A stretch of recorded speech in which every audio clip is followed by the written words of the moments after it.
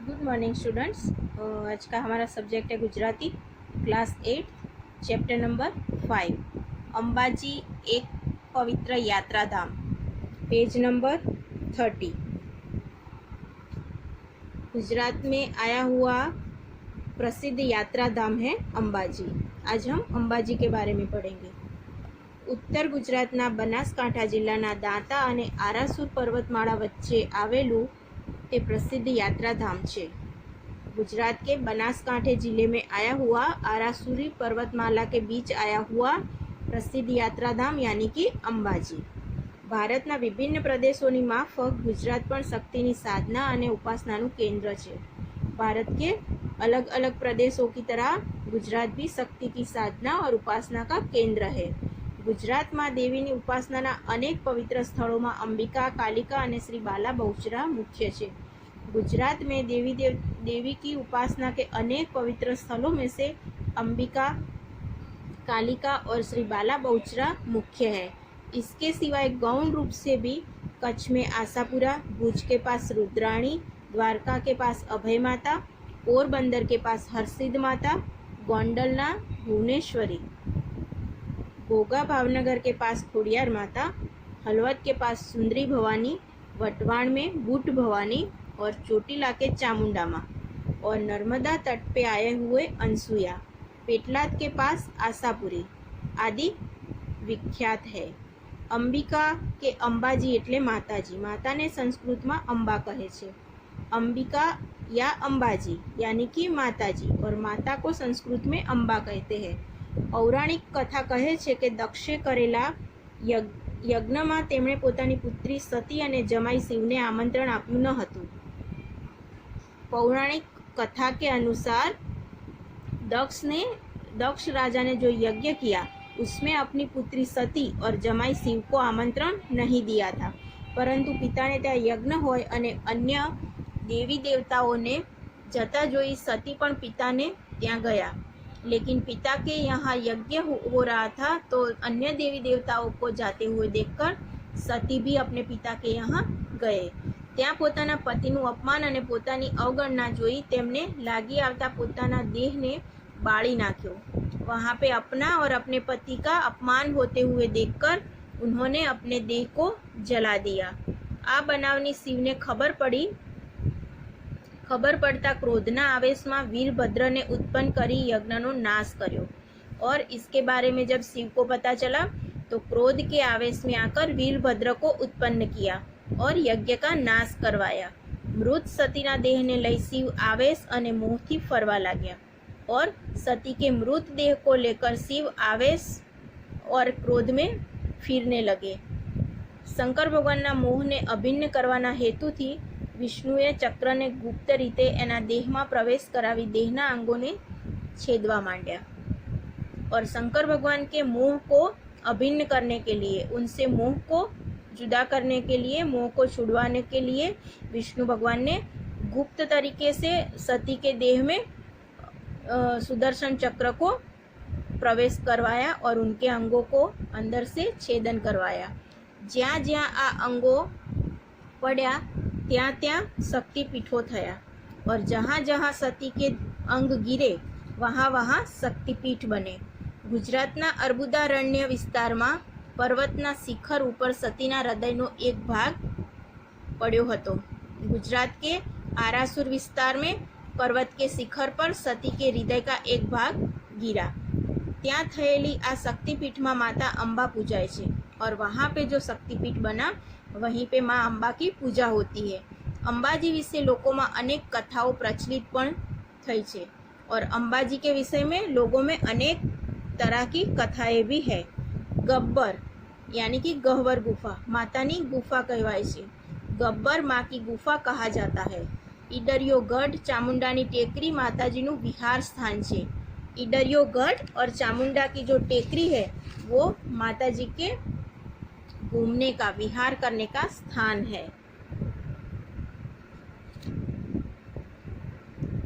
दाताना ठाकोर अंबाजीना भक्त अने वहीवट करता हता। दाता के ठाकोर माँ अंबा के भक्त और वहाँ के वहीवट करता थे। આ યાત્રાધામ અમદાવાદથી લગભગ 177 किलोमीटर उत्तर में आवेलू है। यह यात्राधाम अहमदाबाद से लगभग 177 किलोमीटर की तरफ उत्तर में आया हुआ है। आबू रोड रेलवे मथक थी मात्र 23 किलोमीटर दूर है और आबू रोड रेलवे मथक से सिर्फ 23 किलोमीटर दूर है। अंबाजी माताना मंदिर ने कारण आ स्थल भारत भर में जाણીતું છે। अंबाजी माँ के मंदिर के कारण ये स्थल पूरे भारत में विख्यात है। अंबाजी माताना मूल मंदिरનો जीर्णोद्धार थता नवुं मंदिर तैयार थयुं छे। अंबाजी माँ के जो मूल मंदिर था उसका जीर्णोद्धार हुआ है। जीर्णोद्धार करके नया मंदिर बनाया गया है। यहाँ विशाल परिसर, यहाँ पे बहुत बड़ा परिसर है, प्रदक्षिणा पथ और दर्शनार्थियों को व्यवस्थित दर्शन करने के लिए सुविधा की गई है। आ मंदिरનો વહીવટ બનાસકાંઠાના જિલ્લા કલેક્ટર દ્વારા નિયુક્ત સમિતિ અને સેવકગણ કરે છે। મંદિરની આવકમાંથી સંસ્કૃત પાઠશાળા, કોલેજ અને દર્શનાર્થીઓ માટેની ભોજનશાળાની વગેરેનું સંચાલન થાય છે। इस मंदिर का वहीवट बनासकांठा जिले के कलेक्टर द्वारा नियुक्त की गई समिति और वहाँ के सेवकगण के द्वारा की जाती है और मंदिर में जो भी पैसे आते हैं उसकी तरफ से संस्कृत पाठशाला, कॉलेज और दर्शनार्थियों के लिए भोजन की व्यवस्था का संचालन किया जाता है। अंबाजी गामनो मोटो भाग अद्यतन सुविधा धरावती धर्मशालाओं અને अतिथि गृहोथी रोकायेलो छे और अंबाजी गांव का बहुत बड़ा सा भाग अद्यतन सुविधा से भरपूर धर्मशाला और अतिथि गृहों से भरा हुआ है। बस्ती में मुख्यत्वे हिंदुओं, ब्राह्मणों और आदिवासियों छे। वहाँ पे बस्ती में ज़्यादातर हिंदू, ब्राह्मण और आदिवासी है। गुजराती और राजस्थानी उपरांत बंनेनी मिश्र एवी भाषा पण बोलाय छे। गुजराती और राजस्थानी के अलावा वहाँ की दोनों की मिक्स भाषा भी बोली जाती है। आ मंदिर में माताजी की मूर्ति नहीं परंतु तेमनो गोख है। इस मंदिर में माँ की मूर्ति नहीं है लेकिन उनका गोख है। उसी गोख को माता की मूर्ति समझकर वहाँ पे सजाया जाता है और उनकी पूजा की जाती है। आ मंदिर नी सामे नजीक में विशाल चौक है। इस मंदिर के सामने नज़दीक में ही बहुत बड़ा चौक है, उसको चाचर चौक कहा जाता है।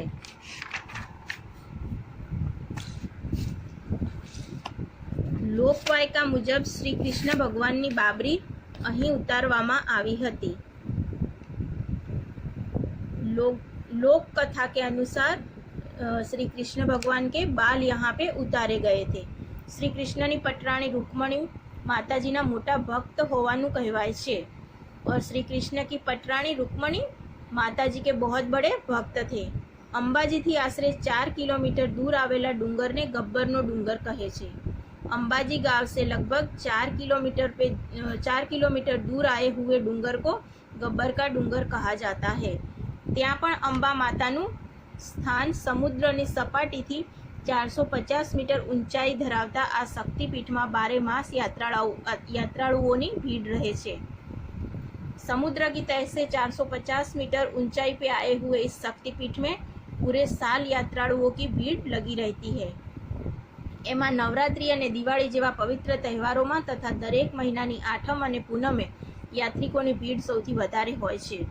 उसमें भी नवरात्रि और दिवाली जैसे त्योहारों में और हर महीने की आठम और पूनम को यात्रिकों की भीड़ ज़्यादा होती है।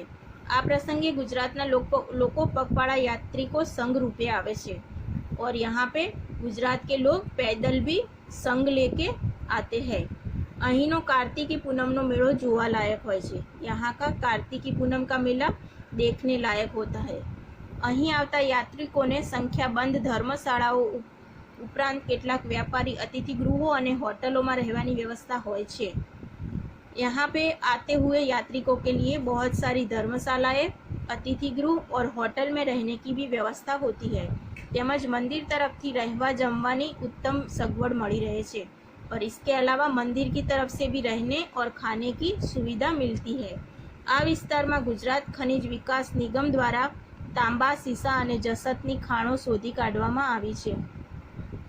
इस विस्तार में यहाँ पे आए हुए विस्तार में गुजरात खनिज विकास निगम GMDC द्वारा तांबा, सीसा और जसत की माइन्स भी ढूंढ निकाली गई है। અહીં આરસની ખાણો પણ છે, यहाँ पे आरस की माइन्स भी है। અહીં વેદ વિદ્યાનું મથક છે, દર વર્ષે અહીં વેદ પાઠની સ્પર્ધાઓ યોજાય છે। यहाँ पे वेद विद्या का भी बहुत बड़ा मथक है और यहाँ पे वेद पाठ की स्पर्धाएं भी योजी जाती है। यहाँ आर्ट्स कॉमर्स कॉलेज पण છે। અંબાજીની નજીક આવેલું કોટેશ્વર મહાદેવનું મંદિર તેમજ કુંભારિયાના प्राचीन जैन मंदिरों खूब જોવાલાયક છે। यहाँ पे आर्ट्स और कॉमर्स की कॉलेज भी है और अंबाजी से नज़दीक आया हुआ कोटेश्वर महादेव का मंदिर और कुंभारिया करके जगह है, उसके प्राचीन जैन मंदिर भी देखने लायक है। ये था हमारा अंबाजी के बारे में चैप्टर 5। नेक्स्ट वीडियो में मैं आपको इसकी आंसर शीट क्वेश्चन शीट भेजूंगी और अब आपको टेस्ट भी आपकी नज़दीक में आने वाली है तो आपको उसकी भी तैयारी करनी है।